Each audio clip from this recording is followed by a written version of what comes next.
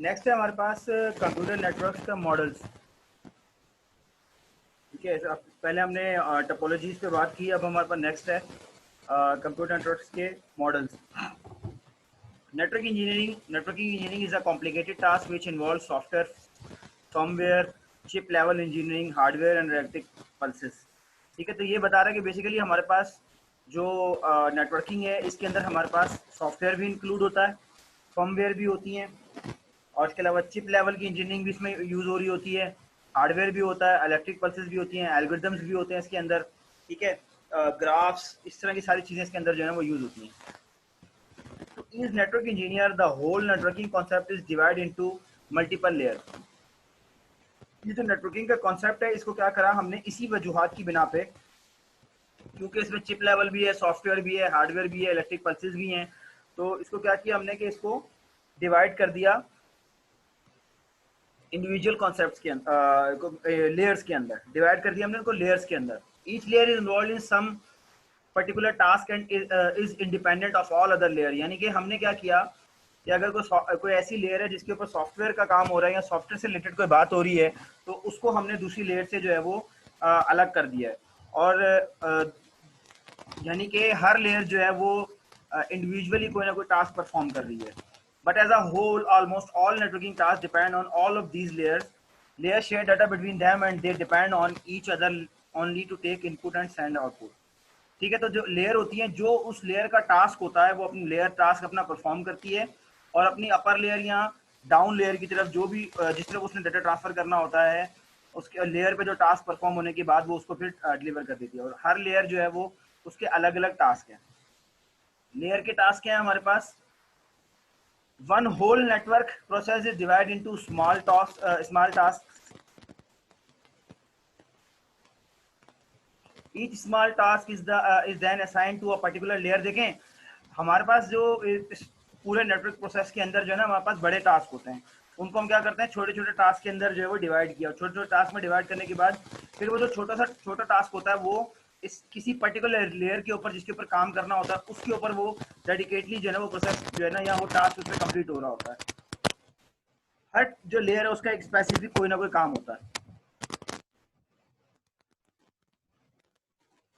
In layer communication system, one layer of a host deal with the task done by or to be done by its peer layer at the same level on the remote host. अच्छा, ये जो है ना ये पीर level है, जैसे layer 3 है यहाँ पे, लेयर 3 का जो बिल्कुल अपोजिट उसका पीर लेवल है वो लेयर 3 है। ठीक है, तो जो काम यहाँ पे होगा ना वही सेम काम यहाँ लेयर 3 पर इधर भी होगा।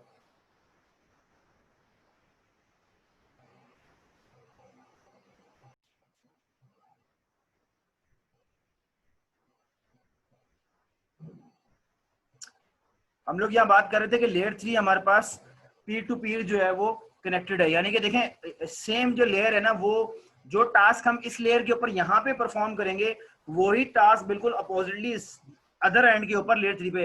यानी कि एक डिवाइस, ये वाली डिवाइस की लेयर 3 है और इधर एक दूसरी डिवाइस है उसकी लेयर 3 है, तो इस लेयर 3 पे जो काम होगा वही काम इस लेयर 3 पर भी होगा। तो ये जो दोनों लेयर है ये आपस में पीर टू पीर है, यानी कि सेम काम कर रही हैं।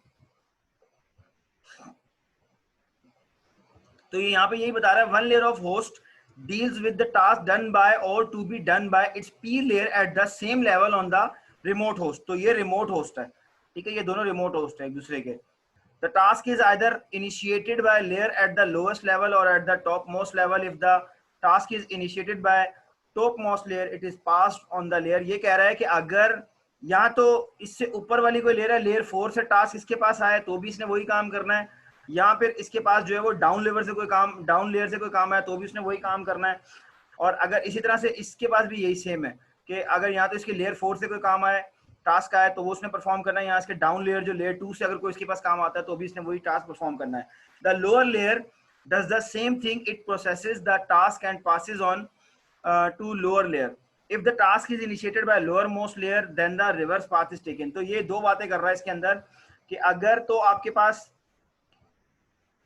यहाँ से lower layer, most lower layer कौन सी है आपके पास, मोस्ट लोअर लेयर यहाँ पे लेयर 1 है। तो ये कह रहा है कि अगर यहाँ से लेयर 3 से कोई टास्क चला है, लेयर 2 पे आया, लेयर 2 से लेयर 1 पे आया, फिर लेयर 1 से हमने इस रिमोट होस्ट पर ट्रांसफर किया है। तो रिमोट होस्ट पे जब हमने ट्रांसफर किया है तो वहां से ये फिर ये पाथ जो है रिवर्स ऑर्डर में चलेगा, यानी कि लेयर 1 से लेयर 2, लेयर 2 से लेयर 3 की तरफ ये जाएगा। अभी कह रहे हैं कि each layer clubs together all procedure, protocols and method which is required to execute it piece of task. देखें हर लेयर जो है वो आपके पास, उसके पास जो उसके प्रोसीजर्स हैं, जो उसके प्रोटोकॉल्स हैं या उसके जो मेथड्स हैं, वो उनको यूज करते हैं, वो उसको रिक्वायर्ड होते हैं उसको वो पीस ऑफ टास्क कंप्लीट करने के लिए। अगर लेयर 3 की मैं बात करता हूँ, लेयर 3 को काम परफॉर्म करती है, ठीक है।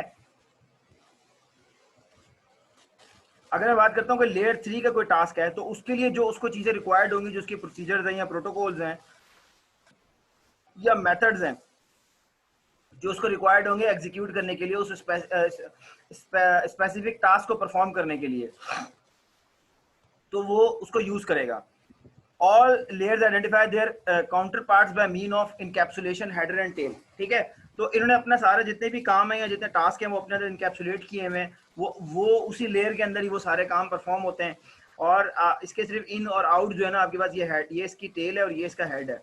तो इसको अगर कोई लेयर 3 से कोई टास्क लेना होता है तो वो हेड पे आता है, या उसको वापस रिटर्न करना होता है लेयर 3 को, तो वो क्या होता है आपके पास हेड के थ्रू जा रहा होता है। बाकी जो उसके अंदर इंटरनल जो उसके प्रोसीजर है, प्रोटोकॉल्स और जो मेथड है, वो उसने अपने अंदर जो है इनकैप्सुलेट किए हैं। अगर आपने ऑब्जेक्ट ओरिएंटेड प्रोग्रामिंग पढ़ी होगी तो आप लोगों को अंदाजा होगा कि इनकैप्सुलेशन से क्या मुराद है। ओएसआई मॉडल, असल में ये लेयर आर्किटेक्चर समझाने की वजह ये थी कि बेसिकली हम ओएसआई मॉडल पढ़ना चाह रहे थे। तो ओएसआई मॉडल क्या है हमारे पास? ओएसआई मॉडल बेसिकली क्या है? Open system interconnect connect. ये क्या है कि ये ओपन स्टैंडर्ड है फॉर ऑल कम्युनिकेशन सिस्टम। इस दुनिया के अंदर जितने भी कम्युनिकेशन सिस्टम है, वो अगर वो चाहें तो वो इसको यूज कर सकते हैं। ये एक तरह से एक मॉडल है, ठीक है। और ये जो है ये थ्योरेटिकल डिफिनेशन है, ये कोई ऐसा हार्ड एंड फास्ट रूल नहीं है कि आपने हर हाल में इसको अप्लाई करना है। ओएसआई मॉडल बेसिकली होता है कि जब आप कोई डिवाइसेस लेते हैं या कोई अपना नेटवर्क कनेक्शन बनाते हैं या कोई नेटवर्क डिवाइसेस लेते हैं, तो उसमें ये कंपैटिबिलिटी का या उसमें ये लिखा होता है कि ये कौन से लेयर की डिवाइस है। असल में होता ये है कि नेटवर्क का जो पाथ है, जैसे ऊपर समझाया गया कि नेटवर्क इंजीनियरिंग एक कॉम्प्लिकेटेड पाथ है, कॉम्प्लिकेटेड वे है आपको जो है ना नेटवर्क बनाने का। तो उसके अंदर क्या करते हैं हम, फिर उसको लेयर वाइज ब्रेक करते हैं ताकि हम अपने काम को आसान कर सकें और आसानी से समझ सकें कि हम इस वक्त कौन सी लेयर पे काम कर रहे हैं, ठीक है। तो open system interconnect is an open standard for all communication system. जितने भी कम्युनिकेशन सिस्टम है उसके लिए आप इसको यूटिलाइज कर सकते हैं। OSI model is established by International Standard Organisation ISO.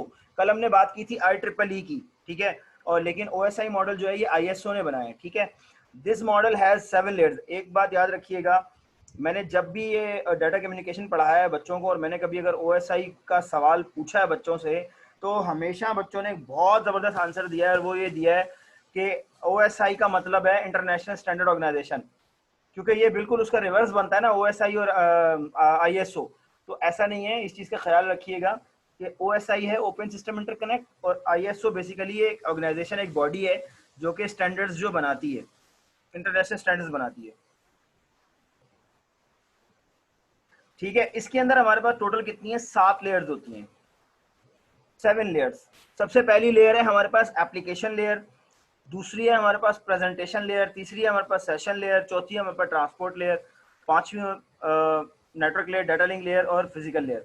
ये मैंने गलत बताया है, इसके अपोजिट डायरेक्शन में होता है। बेसिकली जो पहली लेयर होती है हमारी फिजिकल लेयर है, दूसरी हमारी डाटा लिंक लेयर है, तीसरी जो है वो नेटवर्क लेयर है, चौथी जो है वो हमारा ट्रांसपोर्ट लेयर है, पांचवी सेशन, छठी प्रेजेंटेशन और सातवीं एप्लीकेशन लेयर। लेकिन मैंने ये भी सही बताया और वो भी सही बताया था, किस वजह से?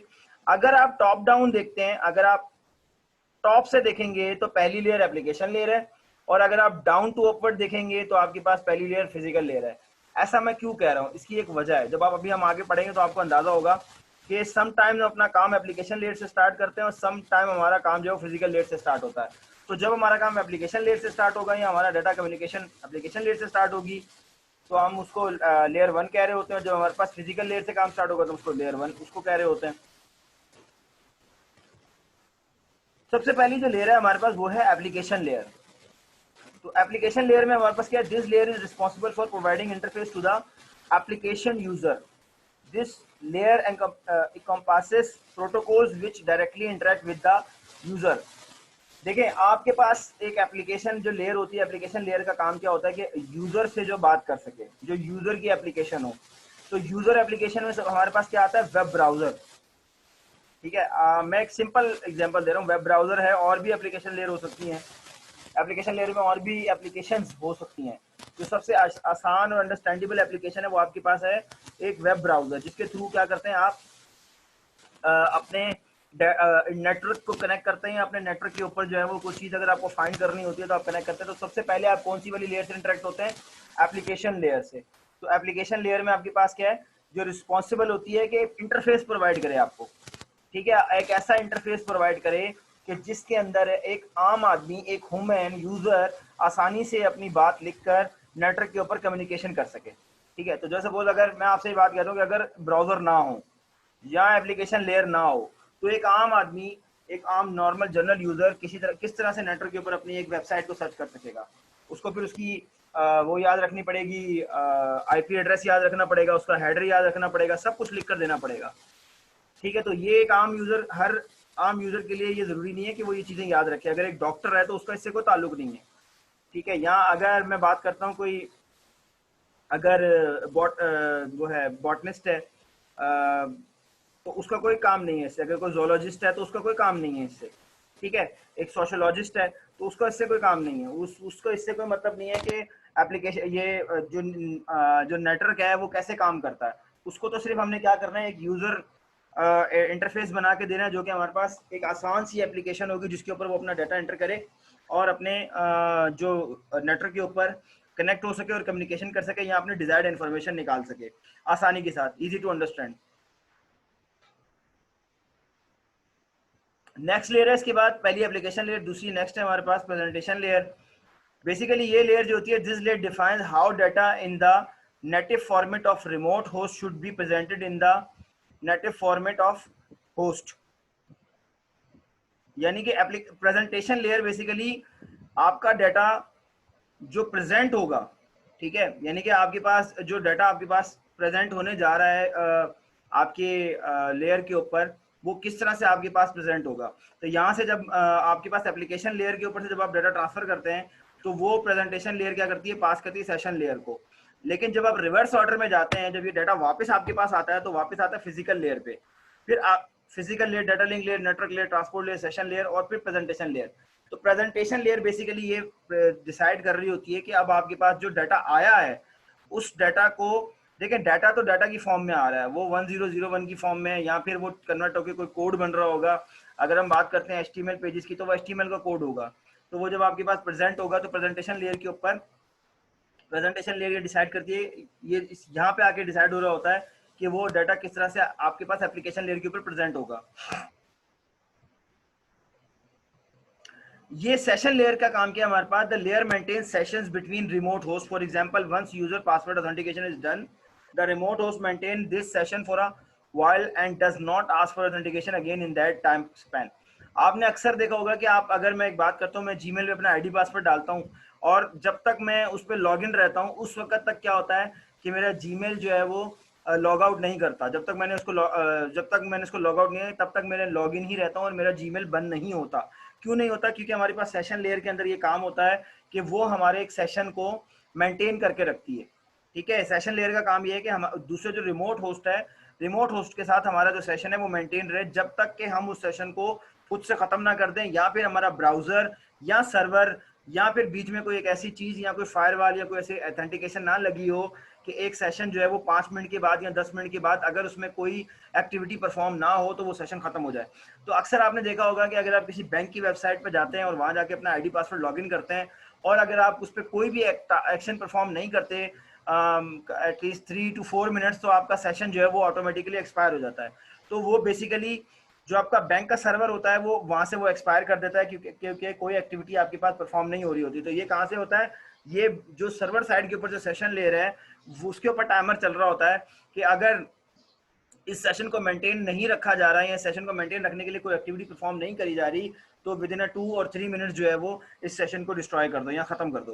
तो आपने देखा कि जब आप उसमें, अगर आप 3 मिनट तक इनएक्टिव रहते हैं आपकी किसी बैंक की वेबसाइट के ऊपर, उस पर जब आपने लॉगिन आईडी और पासवर्ड डाल के लॉगिन किया हुआ है, तो 3 मिनट या 2 मिनट के बाद वो आपका सेशन जो है एक्सपायर हो जाता है और आपको जो है वो दोबारा से लॉग इन करना पड़ता है। ठीक है, तो ट्रांसपोर्ट लेयर हमारे पास क्या है, this layer responsible for end to end delivery between host. Transport layer का बेसिकली उसका काम ये है कि जो आपके पास से जो डाटा ट्रांसफर हुआ है वो डाटा दूसरे रिमोट होस्ट के ऊपर किस तरह से जो है वो ट्रांसपोर्ट होगा। ठीक है, यानी कि उस पर कैसे पहुंचेगा। तो एंड टू एंड डिलीवर करने की जो रिस्पॉन्सिबिलिटी है वो ट्रांसपोर्ट लेयर की होती है कि इसने क्या करना है कि इस लेयर के अंदर वो सारी डिटेल या वो सारे प्रोटोकॉल्स मौजूद होते हैं जो कि ये बताते हैं कि आपके पास जो हमने अपने डिवाइस से जो डाटा ट्रांसफर किया है वो रिमोट होस्ट के ऊपर ट्रांसपोर्ट हुआ है या नहीं हुआ। इस चीज़ की डिलीवरी को जो एक्नॉलेजमेंट बनाता है या इसको जो चेक करता है वो हमारे पास ट्रांसपोर्ट लेयर का काम होता है। उसके बाद है हमारे पास network layer. This layer responsible for address assignment and uniquely addressing host in a network. आपके जो रिमोट होस्ट है उसका कोई ना कोई एड्रेस होगा और आपका भी कोई ना कोई एड्रेस होगा। तो नेटवर्क लेयर का बेसिकली काम ये होता है कि जो आपका होस्ट है, रिमोट होस्ट, और आपके दोनों के दरमियान दोनों के जो एड्रेसेस हैं या उस रिमोट होस्ट का जो एड्रेस है जो कि यूनिकली एड्रेस्ड है हो इन नेटवर्क के ऊपर। तो इस नेटवर्क लेयर का ये रिस्पॉन्सिबिलिटी होती है कि वो उस एड्रेस को फाइंड करे और उसके उस जो एड्रेस उसको असाइन किया हुआ है उस एड्रेस तक आपके डाटा को कम्युनिकेट करे। ठीक है, उसके बाद हमारे पास डाटा लिंक लेयर। जो आपके पास राउटर्स होते हैं वो बेसिकली लेयर 3 के डिवाइसेस होते हैं।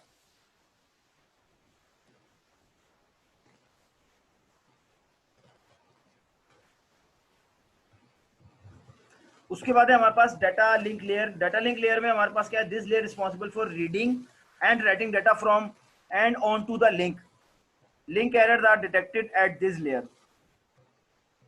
ठीक है, अब ये देखें, ये वाली जो लेयर है ना हमारी, ये किस लिए रिस्पॉन्सिबल है हमारे पास कि जो रीडिंग और राइटिंग जो हमारे पास डाटा आ रहा होता है ना 10 और 01 की फॉर्म के अंदर, ये उस डाटा को रीड करती है और उसको राइट करती है।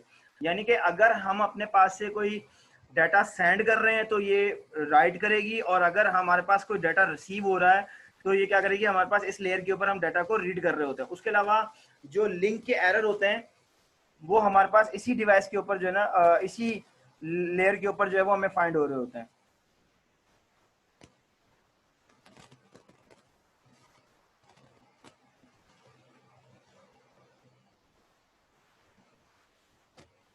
ठीक है, उसके बाद हमारे पास सबसे last physical layer. This layer define the hardware, cabling, wiring, power output, pulse rates etc। तो जो हमारे पास फिजिकल लेयर होती है ना उसमें ये सारी चीजें आ रही होती हैं। जैसे मैंने कल आपको बताया कि हमारे पास एक कार्ड होता है। ठीक है, उस कार्ड के ऊपर जो आपकी केबल लग रही होती है, जो RJ45 की जो केबल है, या आपके पास जो कार्ड का जो हार्डवेयर का जो वो कनेक्टर है, और इसके अलावा जो आप केबल यूज कर रहे हैं, इसके अलावा जो अगर आप पावर यूज कर रहे हैं तो पावर का जो आउटपुट है। तो ये जितनी भी चीजें जितनी हम डिफाइन कर रहे हैं ये सारी किस्में आती हैं फिजिकल लेयर में, जिनको हम ये वो ऊपर वाली जितनी भी है ना वो लॉजिकल है। लॉजिकल से मुराद है कि हम उनको देख नहीं सकते, वो टेंजिबल नहीं है, इनटेंजिबल है, उनको छू नहीं सकते। लेकिन जो फिजिकल लेयर में जितनी चीजें आती हैं क्योंकि उनको हम फिजिकली देख सकते हैं और इनको हम टेंजिबल आइटम्स हैं, ये इनको हम एक्सेस कर सकते हैं, इनको पकड़ सकते हैं, इनको फील कर सकते हैं। ये तो था हमारे पास OSI का मॉडल। अब इसके बिल्कुल अगेंस्ट एक और है हमारे पास इंटरनेट मॉडल।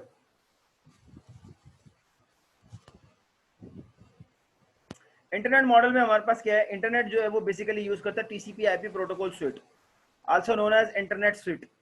ठीक है, दो है हमारे पास मॉडल। एक है हमारे पास OSI मॉडल और बिल्कुल उसके अगेंस्ट जो है वो हमारे पास TCP/IP प्रोटोकॉल मॉडल है हमारे पास। ठीक है, स्विट जिसको हम कहते हैं TCP/IP प्रोटोकॉल स्विट, तो हम इसको इंटरनेट स्विट भी कहते हैं। ये बेसिकली इंटरनेट का मॉडल, जो हमारा इंटरनेट चल रहा है ना वो इस मॉडल को और इन लेयर्स को यूज कर रहा होता है, वो OSI मॉडल को यूज नहीं करता। This defined internet model which contains 4 layered architecture. इसके अंदर जो है ना वो 4 लेयर का आर्किटेक्चर है। जो हमने OSI में देखो उसमें 7 लेयर का आर्किटेक्चर, तो इसमें 4 का है। OSI model is general communication model, but internet model is what the internet uses for all it's communication. तो जनरल कम्युनिकेशन के लिए जो आपके पास यूज होता है वो OSI मॉडल यूज हो रहा होता है। जैसे आप LAN यूज करते हैं या मैन यूज कर रहे होते हैं या वैन यूज कर रहे होते हैं। लेकिन अगर आप बात करते हैं इंटरनेट की, तो इंटरनेट के अंदर जो है ना वो आपके पास 4 लेयर का मॉडल यूज हो रहा होता है। The internet is independent of its underlying network architecture, is its models, this model the following layers. सबसे पहले हमारे पास application layer, transport layer, internet layer, link layer. अच्छा देखिए मैं आपको एक बात बताऊं, फर्क इसमें और उसमें सिर्फ ये है कि उसमें 7 लेयर में डिवाइड किया हुआ है, यानी कि उसमें ओएसआई मॉडल के अंदर लेयर्स ज्यादा हैं. उन्हीं 7 मॉडल्स को 7 लेयर्स को internet TCP IP protocol switch के अंदर 4 लेयर्स में तब्दील किया हुआ है. ठीक है, यानी कि इसमें 4 लेयर्स हैं और उसमें 7 लेयर हैं.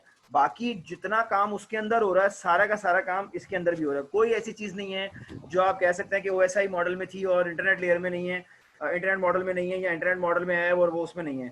सिर्फ और सिर्फ ये है कि उसमें अगर 2 लेयर का काम है, जस्ट सपोज अगर मैं पहली लेयर की बात करता हूँ एप्लीकेशन लेयर की, तो एप्लीकेशन लेयर तो वही है, ट्रांसपोर्ट लेयर भी वही है. एप्लीकेशन लेयर के अंदर सेशन लेयर को भी मर्ज कर दिया गया है, ट्रांसपोर्ट लेयर सेम है. इंटरनेट लेयर के अंदर नेटवर्क लेयर और नेटवर्क लेयर रखी गई है, और लिंक लेयर के अंदर जो है ना डाटा लिंक और फिजिकल को दोनों को ऐड कर दिया गया है. बाकी इसके अलावा और कोई ऐसा डिफरेंस नहीं है जिसको आप कह सकें कि कोई डिफरेंस काउंट होता है.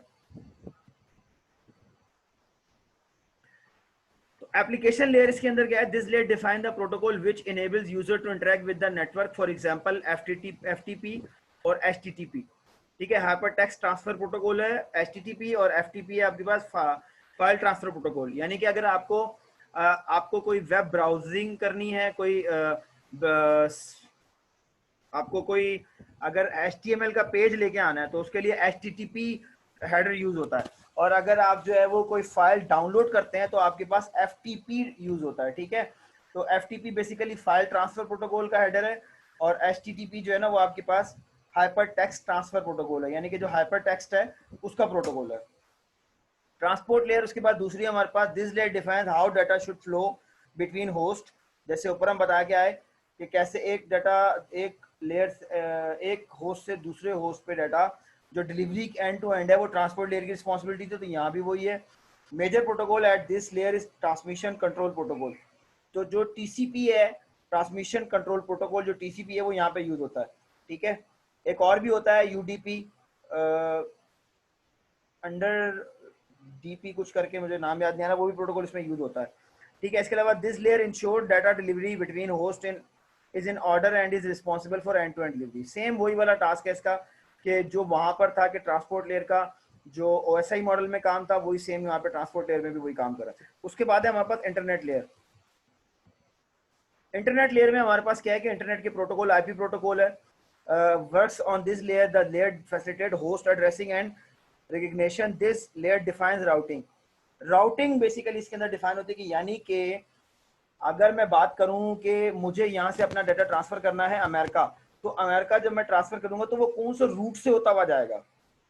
ठीक है, रूट से मुराद ये है कि अगर मैं यहाँ से अपने कंप्यूटर से डाटा ट्रांसफर करता हूँ तो वो सबसे पहले किस राउटर पे जाएगा, उस राउटर से किस स्विच पे जाएगा, फिर गेटवे पे जाएगा, गेटवे से वो किस कंट्री के गेटवे पे जाएगा, किस कंट्री के गेटवे से फिर वो जो है वो अमेरिका की कंट्री के गेटवे पे जाएगा. तो ये पूरा डिसाइड होगा. तो वो कहाँ पे, ये सारी वर्किंग कहाँ पे हो रही होती है, इंटरनेट लेयर के ऊपर होती है. और इसके अलावा इंटरनेट लेयर के अंदर एक चीज और डिफाइन हो रही है, एड्रेसिंग, होस्ट की एड्रेसिंग. ठीक है, यानी कि आपका जो होस्ट है उसकी एड्रेसिंग, यानी कि उसका जो एड्रेस है वो इसके ऊपर डिफाइन होता है, रिकग्नाइज हो रहा होता है. तो वो पहले रिकग्नाइज होता है. रिकग्नाइज कैसे होता है, जैसे सपोज हमारे पास यहाँ पे डीएनएस सर्वर है, डोमेन नेम सर्वर जिसको हम कह रहे होते हैं. तो डीएनएस सर्वर जो है वो हमारे पास लगे हुए हैं पीटीसीएल के पाकिस्तान के अंदर. तो अगर जहाँ से जब मैं कोई वेबसाइट को लिखता हूँ, जैसे सपोज मैं लिखता हूँ yahoo.com, तो yahoo.com जब आईपी में कन्वर्ट होता है तो वो पहले तो डीएनएस सर्वर उसको कन्वर्ट करता है. फिर उसके बाद उसका राउटिंग, वो हम देखते हैं कि ये कौन सी इसकी राउटिंग निकाली जाती है. जो हमारे पास राउटर्स लगे हुए हैं वो देखते हैं. जो रिप है हमारे पास जिसको हम कह रहे थे राउटिंग इंफॉर्मेशन प्रोटोकॉल, जो हमने बात की थी, उसके अंदर जो है राउटिंग के टेबल्स बने हुए होते हैं. उसमें ये पता चल रहा होता है कि अगर हमें इस आईपी को एक्सेस करना है तो उसके लिए हम कौन कौन से पाथ हम यूज कर सकते हैं. तो उसमें जो उसी टाइम के ऊपर हमारे पास जो मैंने बताया था आपको MST, मिनिमम स्पैनिंग ट्री का जो एल्गोरिथम यूज होता है, वो मिनिमम स्पैनिंग ट्री का जो एल्गोरिथम क्या कर रहा होता है, बेसिकली वो देखता है कि कौन सा जो है ना रूट जो सबसे छोटा होगा, तो वो सबसे छोटे वाले रूट को डिसाइड करता है और उसके ऊपर जो है ना वो अपने हमारा डाटा जो है वो ट्रैवल कर जाता है, उसी राउटिंग से होता हुआ जाता है. लिंक लेयर में हमारे पास this layer provides mechanism of sending and receiving actual data. तो लिंक लेयर के ऊपर हमारे पास क्या होता है, बेसिकली ये प्रोवाइड करता है मैकेनिज्म सेंडिंग और रिसीविंग एक्चुअल डाटा. कैसे मुराद किया, एक्चुअल डाटा 1001 की फॉर्म में, ठीक है। असल में जो डाटा ट्रैवल हो रहा है वो आप के पास जब जाता है वायर्स के ऊपर या वायरलेस पे जब आप भेजते हैं तो वो असल में तो 0 और 1 की फॉर्म में होता है, ठीक है। Unlike it's OSI model counter parts, this layer is independent of underlying network architecture and hardware, ठीक है। तो ये कह रहा है कि OSI मॉडल के अंदर जो है वो इसके काउंटर पार्ट्स हैं, वो कौन से हैं, फिजिकल लेयर थी और डाटा लिंक लेयर थी। ये दो काम जो लिंक लेयर में हम कर रहे हैं उसमें हम उन दो में कर रहे थे,